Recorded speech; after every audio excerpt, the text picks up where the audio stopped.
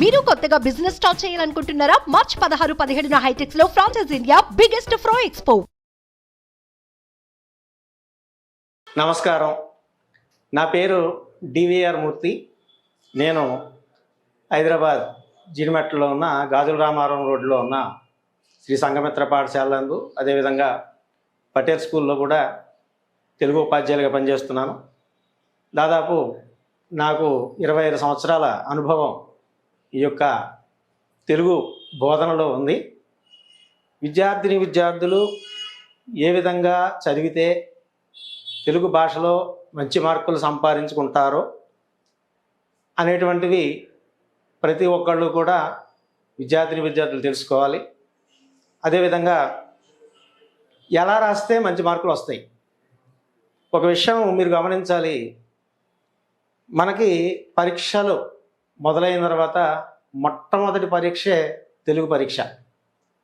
చాలామంది విద్యార్థులు ఏమనుకుంటారంటే, తెలుగు భాష అనేటువంటిది ప్రతి ఒక్కరికి, మాతృభాష అనేటువంటిది ప్రతి ఒక్కరికి అవగాహన ఉంటుంది కాబట్టి మొట్టమొదటి పరీక్షలో పెట్టడం జరిగింది. ముఖ్యంగా విద్యార్థులకు పరీక్షకు వెళుతున్నాం అనేటువంటి ఒక రకమైనటువంటి మానసికమైనటువంటి టెన్షన్ అంటారు ఇంగ్లీష్లో, ఒత్తిడి. ఈ ఒత్తిడితోటి ఉంటారు కాబట్టి మొట్టమొదటి తెలుగు ఎగ్జామ్ అనేటువంటిది పెట్టడం జరిగింది. ఎందుకంటే మనం ఇంట్లో మాట్లాడేది మా భాష తెలుగు, మనం మనసులో ఉండేటువంటి భావాన్ని పంచుకునేది దాదాపుగా తెలుగు భాష ఉంటుంది కాబట్టి, మరి ఆ భాషలో మనం ఎంతవరకు చదువుకున్నాం, ఏ విధంగా మార్కులు సంపాదించాలి అనేటువంటి విషయాలు ఈరోజు మీతో ముచ్చరించడానికి వచ్చాను. మరి విద్యార్థులు ఒత్తిడికి లోను కాకుండా ఒత్తిడిని దూరం చేస్తూ మొట్టమొదటి పరీక్షల్లో మనం మంచిగా రాస్తే ఉన్నటువంటి పరీక్షలన్నీ కూడా బాగా రాస్తాం అనేటువంటి ఒక రకమైన మానసికమైనటువంటి తృప్తి అనేటువంటిది ఉంటుంది. అదేవిధంగా మానసికంగా నమ్మకం కూడా ఉంటుంది. కాబట్టి మొట్టమొదటి ఎగ్జామే తెలుగు. నేను మొట్టమొదటిసారిగా పరీక్ష రాస్తున్నాను అనేటువంటి ఒత్తిడిని ముందు వదిలిపెడుతుంది. ఎందుకంటే తెలుగు ఎగ్జామ్ అంటే మీరు అనుకున్నంత కష్టం కాదు. చక్కగా మనం చదువుకోగలిగితే, చదివినటువంటి విషయాన్ని అవగాహన చేసుకోగలిగితే, మనకి ఇచ్చినటువంటి ప్రశ్నపత్రంలో ఏ విధంగా అయితే ప్రశ్నలు ఇచ్చారో మనం దాన్ని ఏ విధంగా అర్థం చేసుకోవాలి, ఏ విధంగా పరీక్షలో మనం రాయగలగాలి, ఏ ప్రశ్నకి ఎంత సమయాన్ని కేటాయించాలి అనేటువంటి విషయాలు ఈరోజు మీరు తెలుసుకోబోతున్నారు. ముఖ్యంగా మనకి తెలుగులో ఉన్నటువంటి పాఠములు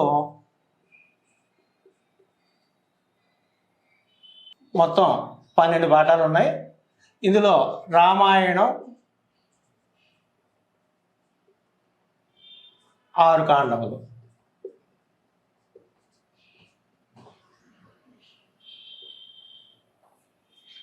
మనకు ఉన్నటువంటి పాఠాల సంఖ్య మొత్తం 12. రామాయణం 6 కాండాలతో రామాయణం అనేటువంటిది ఉంది ఉపవాచకంలో. మనకి ఇచ్చేటువంటి ప్రశ్నలు ఏ అంశం నుంచి ఇచ్చారు, ఏ పాఠం నుంచి ఇచ్చారు అనేటువంటిది ప్రతి ఒక్కరికి కూడా ముందు అవగాహన కావాలి. అంటే ఫస్ట్ మీరు చేయాల్సినటువంటిది, ఫస్ట్ ఎగ్జామ్ హాల్లోకి ప్రవేశించగానే, నేను ఇదంతా ఎందుకు చెప్తున్నానంటే మొట్టమొదటి రాసేదే తెలుగు ఎగ్జామ్ కాబట్టి మీకు చెప్తున్నాను. నేను మొట్టమొదటిసారిగా మనం పరీక్ష హాల్లో అడుగుపెట్టిన వెంటనే మన యొక్క ఏదైతే మన నెంబర్ ఇచ్చి ఉన్నారో హాల్ టికెట్ నెంబర్ అనేటువంటిది చూసుకొని మన ప్రదేశంలోకి వెళ్ళి కూర్చున్న తర్వాత ఒక్క 5 నిమిషాలు రిలాక్స్ మైండ్ తోటి ఉండాలి. ఏమాత్రం కూడా ఒత్తిడి అనేటువంటి మనసులోకి దూరం చేసుకోకుండా ఒక్క 2 నిమిషాలు 3 నిమిషాలు కళ్ళు మూసుకుని ప్రశాంతంగా ఆలోచించుకోగలిగి విషయాలన్నీ మర్చిపోండి. బయట విషయాలను మొత్తం మర్చిపోండి అంటే సబ్జెక్ట్ విషయం కాదు, నేను మర్చిపోమన్నది ఏంటంటే వచ్చినప్పుడు జరిగినటువంటి సంఘటనలు కావచ్చు, ఇంట్లో జరిగినటువంటి సంఘటనలు కావచ్చు, ఫ్రెండ్స్ మధ్య జరిగిన డిస్కషన్ కావచ్చు, ఇవి మనకు వ్యర్థమైనటువంటి, ఆ సమయంలో మనకు అవసరం లేనటువంటి అంశాలు. ఈ అంశాలను వదిలిపెట్టేయండి. ఈ అంశాలను వదిలిపెట్టేసి మీరు ఆలోచించాల్సిందల్లా ఒకటే విషయం ఆలోచించాలి. ప్రశ్నపత్రం ఇచ్చిన వెంటనే ఒక 2 నిమిషాలు కొద్ది రిలాక్స్ మైండ్ తోటి ఉండు. ఇచ్చినటువంటి ప్రశ్నపత్రాన్ని మొదటి నుంచి చివరి వరకు కూడా దాదాపుగా 2-3 సార్లు చదవాల్సిందే. ఎందుకంటే మనకు ప్రశ్నపత్రం చదవటానికి దాదాపు 15 నిమిషాలు సమయం ఇచ్చారు. 3 గంటలు 15 నిమిషాలు పరీక్ష సమయం. 15 నిమిషాలు ముందు ఎందుకు ఇచ్చారు అంటే పరీక్ష పేపర్ ప్రశ్నపత్రం చదవటానికి. ప్రశ్నపత్రం చదవటం అంటే ఓన్లీ చదివేసుకుని మొదటి నుంచి లాస్ట్ వరకు చదివేసి వెళ్ళిపోవటం కాదు. మొదటి ప్రశ్న అవగాహన ప్రతిస్పందనలో మనకి 11 ప్రశ్నలు ఉన్నాయి. ఈ అవగాహన ప్రతిస్పందన అనేటువంటి అంశంలో మనకి ఇచ్చినటువంటి ప్రశ్నల్లో ఏ ప్రశ్న ఏ పాఠానికి సంబంధించింది అనేటువంటిది ఆలోచించుకోవాలి. ప్లస్ ఆలోచించిన తర్వాత మనకు పాఠం చెప్పినటువంటి గురువు గారు ఆ ప్రశ్నకు సంబంధించినటువంటి విషయాలు చెప్పుకుంటారు పాఠంలో. అవి ఒక్కసారి గుర్తు చేసుకోవడానికి ప్రయత్నం చేయాలి.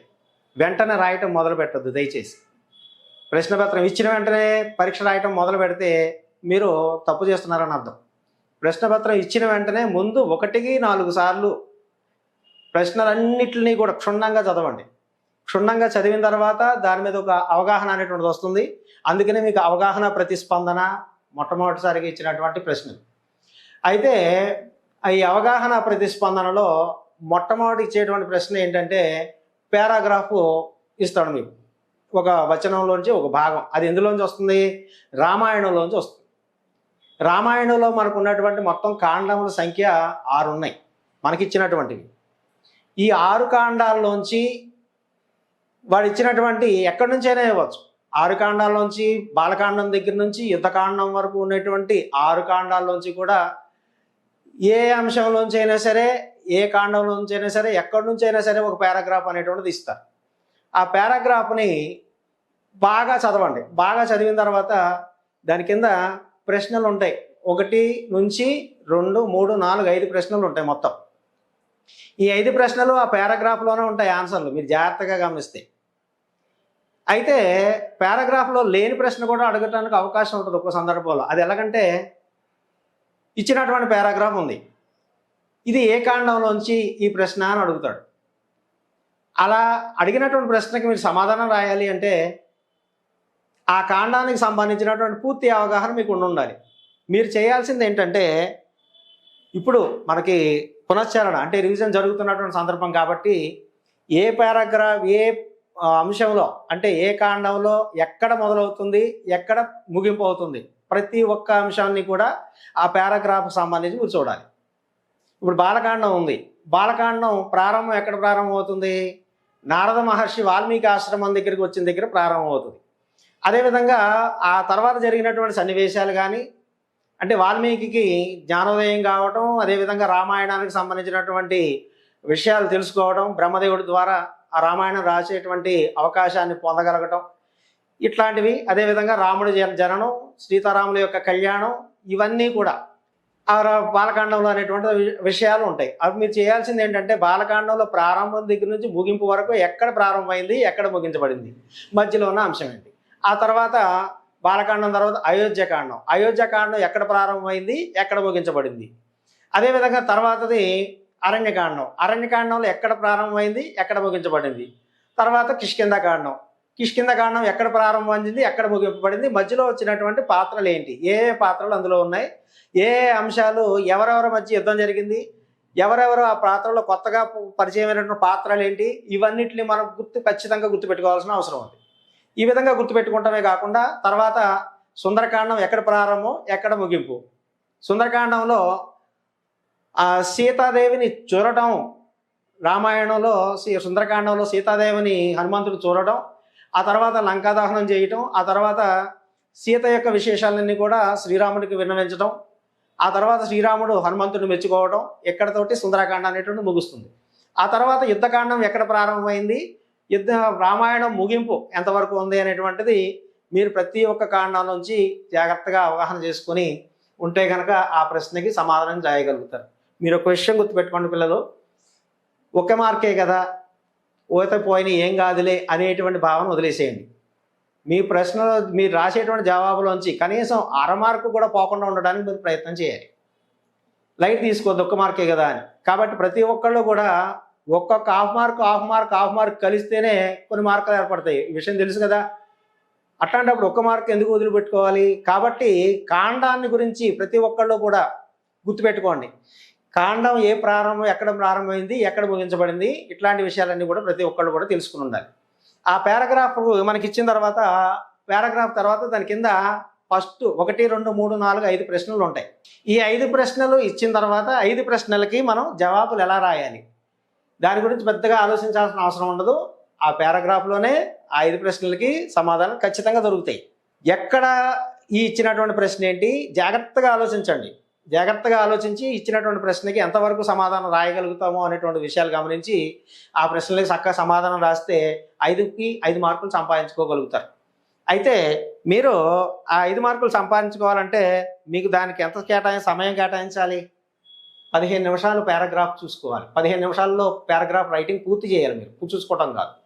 అంటే 5 నిమిషాలు పారాగ్రాఫ్ చూసుకోవాలి, అవగాహన చేసుకోవాలి, దాన్ని అర్థం చేసుకోవాలి. ఇచ్చినటువంటి ప్రశ్నలకు సమాధానం రాయడానికి 15 నిమిషాల్లోనే ఆ యొక్క పారాగ్రాఫ్కి ఇచ్చిన ప్రశ్నలు మీరు పూర్తి చేయాల్సి ఉంటుంది. అర్థమైందా?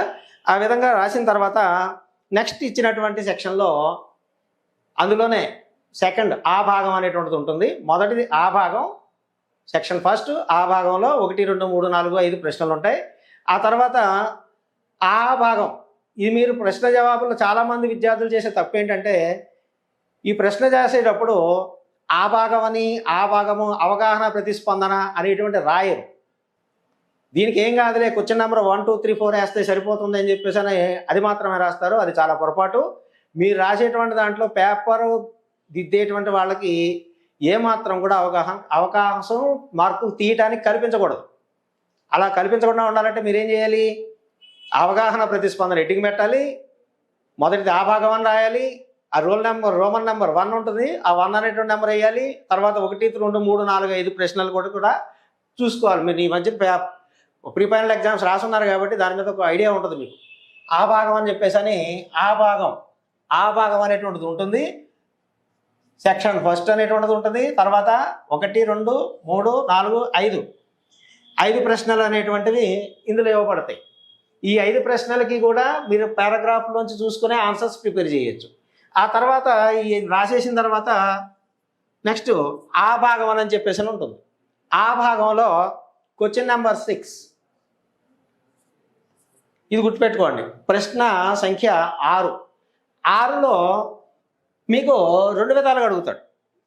పద్యం ఇచ్చి ప్రతిపాదన రాయమని అడగచ్చు, పద్యాన్ని పూర్తి చేసి భావం రాయమని అడగచ్చు. పద్యాన్ని పూర్తి చేయమని అడగడానికి ఏమడుగుతాడంటే పద్యాన్ని పాదభంగం లేకుండా పూరించండి అంటాడు.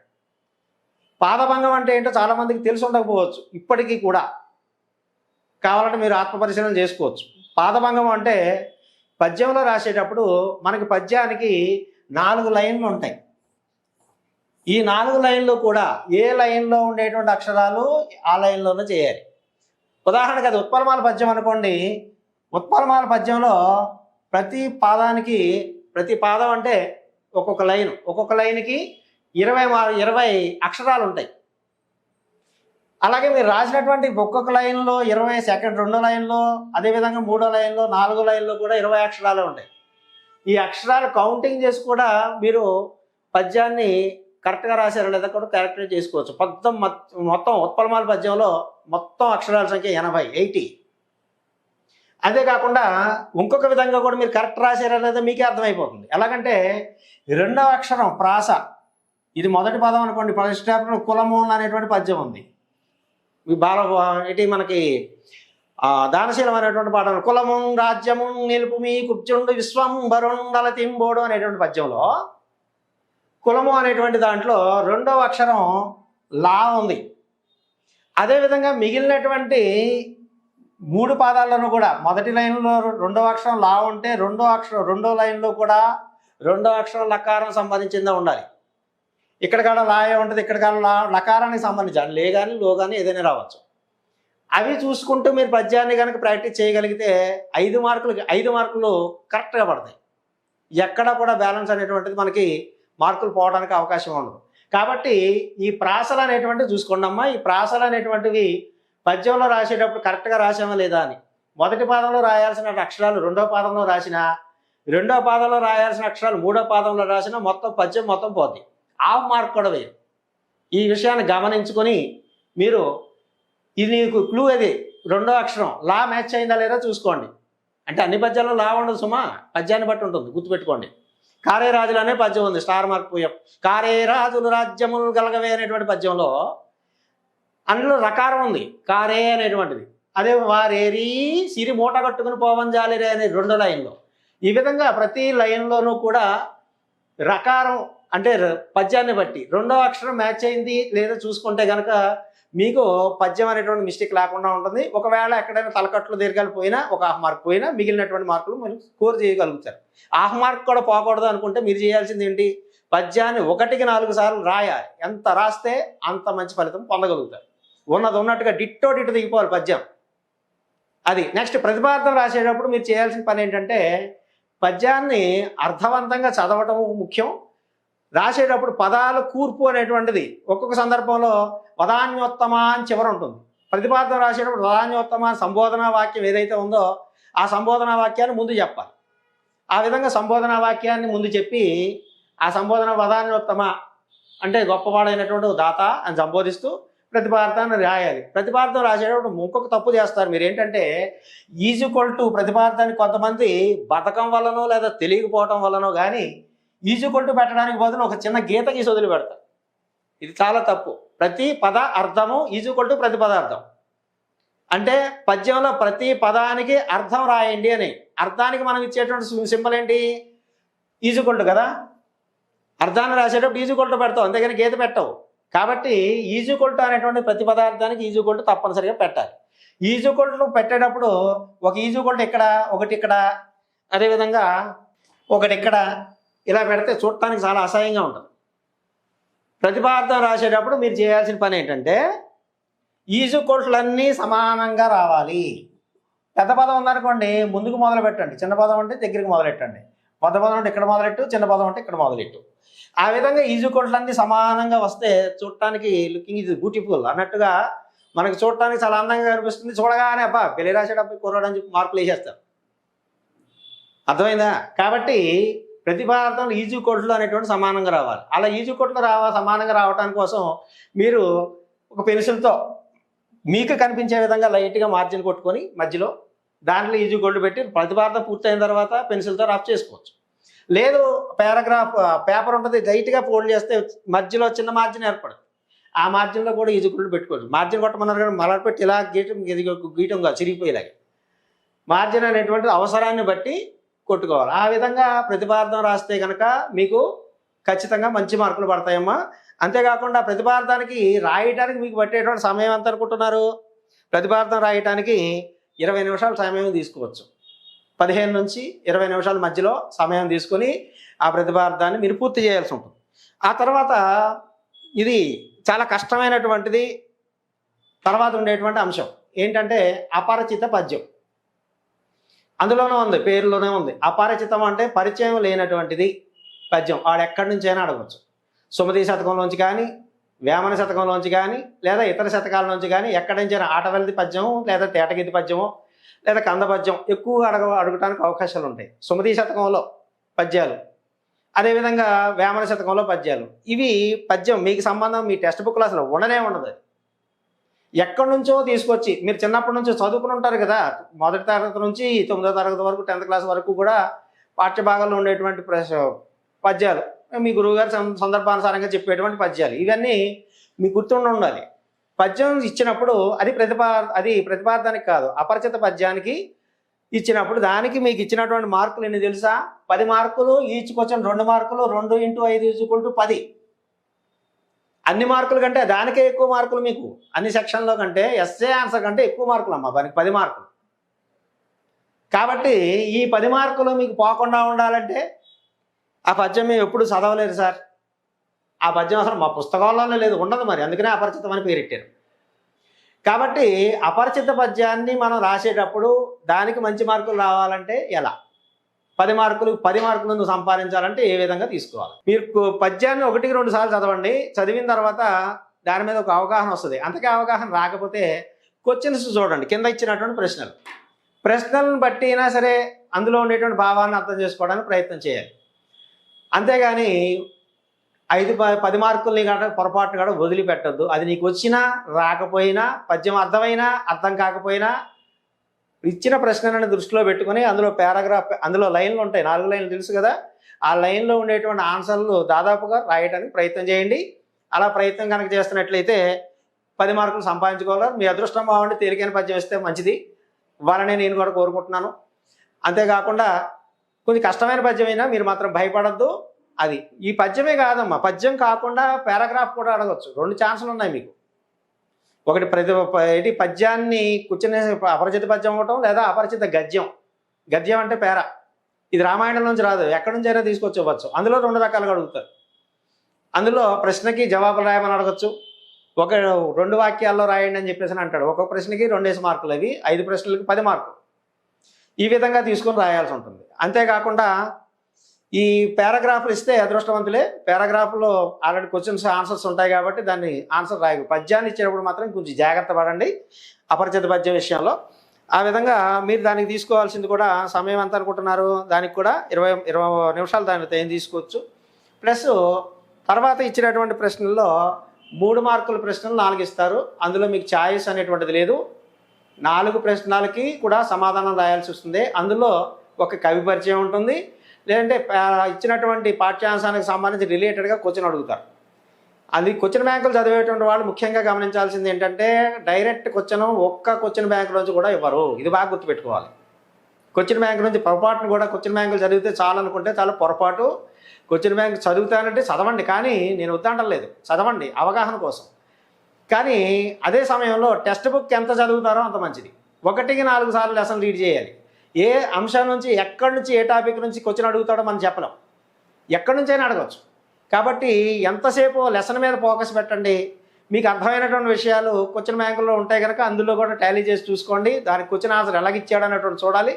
చూసినటువంటి దాంట్లోకి మీరు ఒక అవగాహన ప్రకారం మీరు అవగాహన తీసుకుని ప్రతిస్పందించాల్సి ఉంటుంది. అందుకనే అవగాహన ప్రతిస్పందన అనేటువంటిది వచ్చింది. ఆ తర్వాత మీకు ఇచ్చేటువంటిది ఏంటంటే వ్యక్తీకరణ, సృజనాత్మకత టాపిక్. వ్యక్తీకరణ, సృజనాత్మకత అనేటువంటి అంశాల్లో మీకు మొత్తం 4 ప్రశ్నలు, మొత్తం ఒక్కొక్క సెక్షన్లోనూ 2 ప్రశ్నలు ఉంటాయి. ఒకటి పద్యానికి సంబంధించిన, పద్య భాగానికి, కవితా భావానికి సంబంధించినటువంటి, అంటే మొదటి పాఠం దానశీలం, 3వ పాఠం మనకి వీర తెలంగాణ అనేటువంటి పాఠం ఉంది. అదేవిధంగా 5వ పాఠం వచ్చేసి మనకి నగరగీతం అనేటువంటిది ఉంది. ఆ విధంగా కవితకు సంబంధించినటువంటి, కవిత్వానికి సంబంధించినటువంటి పాఠాలకు సంబంధించి ఒక ప్రశ్న, 2 ప్రశ్నలు అడుగుతారు 12 లెసన్లోంచి. ఆ 2 ప్రశ్నల నుంచి బాగా నచ్చినటువంటి ప్రశ్నకి జవాబు చేయాలి. అయితే మీరు చేయాల్సింది ఇంకొక తప్పు, మీరు మిస్టేక్ చేస్తారు. ఎక్కడంటే అందులో మనకి క్వశ్చన్ నెంబర్లు వచ్చేసి ఎక్కడ ఇస్తారంటే 6వ ప్రశ్న క్వశ్చన్ ఇచ్చాడు, ఇక్కడ 6 అని ఇస్తాడు, లేదా అని ఇచ్చేసి కింద ఇంకో క్వశ్చన్ ఇస్తాడు. దీనికి నెంబర్ ఉంటుంది, దీనికి మాత్రమే నెంబర్ ఉంటుంది. మీరేం చేస్తారంటే దీనికి నెంబర్ ఇవ్వలేదు కదా అని నెంబర్ రాయటం మానేస్తారు. మనం దీనికి రాసినా చేయాల్సింది క్వశ్చన్ నెంబర్ 6, ఈ నెంబర్ వేయాల్సిందే. నెంబర్ వేస్తేనే మార్కులు పడితే బాగా గుర్తుపెట్టుకోండి. ఈ విధంగా నెక్స్ట్ వచనానికి పద్యానికి, కవిత్వానికి సంబంధించి 2 ప్రశ్నల్లోంచి ఒకటి రాయాలి. అదేవిధంగా గద్యానికి సంబంధించినటువంటివి, అంటే 2వ పాఠం, 2వది ఏముంది, ఎవరి భాష వాళ్ళకి వినసొంపు. అదేవిధంగా కొత్త పాట అనేటువంటి పాఠం, అదేవిధంగా లాస్ట్ది భూమిక అనేటువంటి పాఠం కావచ్చు. ఇట్లాంటివి గద్యానికి సంబంధించినటువంటి పాఠాల్లోంచి 2 ప్రశ్నలు అడుగుతారు. ఆ 2 ప్రశ్నల్లోంచి క్వశ్చన్ నెంబర్ 7, అందులోంచి 2 ప్రశ్నలు ఉంటాయి. దేనికి రాసినా కానీ 7 నెంబర్ వేసి మీరు ఆన్సర్ రాయాల్సి ఉంటుంది. ఈ విధంగా. అంతేకాకుండా క్వశ్చన్ నెంబర్ 8, దీంట్లో రామాయణానికి సంబంధించిన ప్రశ్నలు ఉంటాయి 2. అన్ని కాండాలకు సంబంధించి రామాయణానికి సంబంధించి 2 ప్రశ్నలు ఉంటాయి. దీనికి తీసుకోవాల్సిన సమయం 7 మార్కుల ప్రశ్న. 7 మార్కుల ప్రశ్న. రామాయణం బాగా చదవండి. రామాయణంలో మీకు అర్థమైన విషయాల గురించి అడగచ్చు, లేదంటే అందులో నచ్చిన పాత్ర గురించి అడగచ్చు. ఏ పాత్రలైనా రాయొచ్చు, కానీ రాసేటువంటి మాత్రం 7 మార్కుల ప్రశ్న. అది మాత్రం బాగా గుర్తుపెట్టుకోండి. 20 నిమిషాలకి తక్కువ కాకుండా సమయం తీసుకోవాలి. కనీసం ఎంత లేదన్నా 1.5 పేజీల వరకు ఆన్సర్ ఉండేలాగా ప్రయత్నం చేయండి. 2 పేజీలు రాసినా కానీ మంచిది. పారాగ్రాఫ్కి, క్వశ్చన్కి గ్యాప్ ఇచ్చి, లైన్కి గ్యాప్ ఇచ్చి చక్కగా నీట్గా మెన్షన్ చేయాలి. ఆ తర్వాత సృజనాత్మకత సంబంధించినటువంటి ప్రశ్నలు 2 ఉంటాయి. అందులో ఒక లెటర్ రైటింగ్ కావచ్చు, లేఖ కానీ, కరపత్రం కానీ, లేదంటే ఏదైనా సంభాషణ రూపంలో కానీ, కవిత రూపంలో కానీ అడగటానికి 2 ప్రశ్నలు ఉంటాయి. అందులో క్వశ్చన్ నెంబర్ వచ్చేసి మీకు 18. ఈ విధంగా 18 అనేటువంటి రామాయణానికి సంబంధించి 19 నెంబర్ క్వశ్చన్ నెంబర్ వచ్చేసి దానికి సృజనాత్మకత అంశం అనేటువంటిది వస్తుంది. ఆ విధంగా 2 ఒక దానికి ఆన్సర్ మీరు చేయాల్సి ఉంటుంది. కాబట్టి మీరు చేయాల్సిన దానికి 20 నుంచి 25 నిమిషాల సమయం కనుక తీసుకొని జాగ్రత్తగా ఆలోచించి ప్రతి అంశాన్ని దృష్టిలో పెట్టుకొని ఏ క్వశ్చన్ ఆన్సర్ వదిలిపెట్టద్దు, రాయాలి. నెక్స్ట్ వచ్చేటప్పటికి పార్ట్ బి. పార్ట్ బిలో మనకి 2 సొంత వాక్యాలు ఇస్తారు. 2 సొంత వాక్యాలు, ఆ తర్వాత భాషాంశాలకు సంబంధించినవి మొత్తం 8 బిట్లు ఉంటాయి. అందులో పర్యాయ పదాలు, నానార్థాలు, ప్రకృతి వికృతులు, అదే ఉత్పత్తార్థాలు, ఇవన్నీ కూడా దానికి సంబంధించిన మొత్తం 8 బిట్లు ఉంటాయి. 8 బిట్లకు కూడా మీరు లెసన్ చెప్పేటప్పుడు టీచర్ ఏవైతే చెప్పారో అవి చూసుకోండి. టెక్స్ట్ బుక్ బ్యాక్ సైడ్ కొన్ని బిట్లు ఉన్నాయి. ఇది మీరు చాలామంది గమనించుండరు, ఎందుకు సరదాగా ఇచ్చాడు అనుకుంటాడు, అక్కడ సరదాగా ఏమోడో అందులోంచి కూడా బిట్లు వస్తాయి, జాగ్రత్తగా గమనించండి. అవి కూడా చదువుకోండి. వాటిలోంచి మంచి ఆన్సర్లు. మీరు ఒక పార్ట్ బి రాసేటప్పుడు చేసేటువంటి మిస్టేక్, ఆడు తెలుగులో ఏ ఇస్తే మీరు ఇంగ్లీష్లో ఏ పెడతారు, గమనించండి. ఇది చాలా తప్పు, మొత్తం మార్కులు పోతాయి. తెలుగులో ఇస్తే తెలుగులోనే పెట్టండి, ఇంగ్లీష్లో ఇస్తే ఇంగ్లీష్లోనే పెట్టండి. క్యాపిటల్ లెటర్స్ పెట్టాలి, స్మాల్ లెటర్స్లోనే పెట్టాలి, లేదంటే మొత్తం పార్ట్ బి రాంగ్ అయ్యింది. ఈ విధంగా రాసిన వాళ్ళని నేను చూశాను కాబట్టి చెప్తున్నాను. నెక్స్ట్ ఇవి అయిపోయిన తర్వాత వ్యాకరణాంశాలకు సంబంధించినటువంటి బిట్లు. వ్యాకరణాంశాల్లో వ్యాకరణానికి సంబంధించి సందులు, సమాసాలు, అలంకారాలు, ఛందస్సు, వీటికి సంబంధించి ఉత్పలమాల యతిస్థానం ఎంత అని అడగచ్చు. ఉత్పలమాల యతిస్థానం ఎంత, 10, అక్షరాల సంఖ్య ఎంత, 20. ఈ విధంగా నోటెడ్ ఉండాలి ప్రతి ఒక్కళ్ళకి కూడా. ఈ విధంగా చేయగలిగితే మీకు 10కి 10 మార్కులు బిట్లు. మీకు 10కి 10 పాయింట్లు రావాలి, 10 GB, ఐ గాట్ 10 GB అనుకుంటే కనుక మీరు చేయాల్సింది ఏంటి, పార్ట్ బిలో 20కి 20 సంపాదించుకోవాలి. అలా 20కి 20 సంపాదించుకోవడానికి మీరు ప్రయత్నం చేయాలి. కాబట్టి మీకు ఏ అనుమానం వచ్చినా టీచర్ని అడగండి. ఇప్పుడు కొంత సమయం ఉంది, ఇంకా మంచి సమయం మించిపోలే, ఇంకా సమయం ఉంది. ఈ సమయాన్ని చక్కగా సద్వినియోగం చేసుకుంటూ చక్కగా తెలియనటువంటి విషయాల్ని వెంటనే టీచర్ల దగ్గర డిస్కస్ చేయాలి. టీచర్ల నుంచి విషయాల్ని అవగాహన చేసుకోవడానికి ప్రయత్నం చేయాలి. మిత్రులతో కాలక్షేపాలు చేయొద్దుమా. ఎంతసేపు సమయాన్ని చదువు కోసం వినియోగించుకుని ఏమాత్రం టెన్షన్ పడకుండా ప్రతి అంశాన్ని నేను రాయగలను అనేటువంటి అవగాహనతో మీరు చక్కగా ఎగ్జామ్ హాల్కి వెళ్ళాలి, మంచి మార్కులు సంపాదించాలి. మరి ఈ సూచనలన్నీ మీకు ఉపయోగిస్తాయని నేను భావిస్తున్నాను. మరి నాకు ఈ అవకాశం ఇచ్చినటువంటి సుమన్ టీవీ వారికి, యాజమాన్యం వారికి కృతజ్ఞతలు తెలియజేసుకుంటూ మరిన్ని సూచనల కోసం మీ డివిఆర్ మూర్తి ఎప్పుడూ మీకు సిద్ధంగా ఉంటాడు. ఓకేనా? రైట్. ఆల్ ది బెస్ట్ అమ్మా, మంచి మార్కులు సంపాదించండి. నమస్తే. సుమన్ టీవీలో మీ పర్సనల్ అండ్ బిజినెస్ ప్రమోషన్స్ కోసం కింది నెంబర్కి కాంటాక్ట్ చేయండి.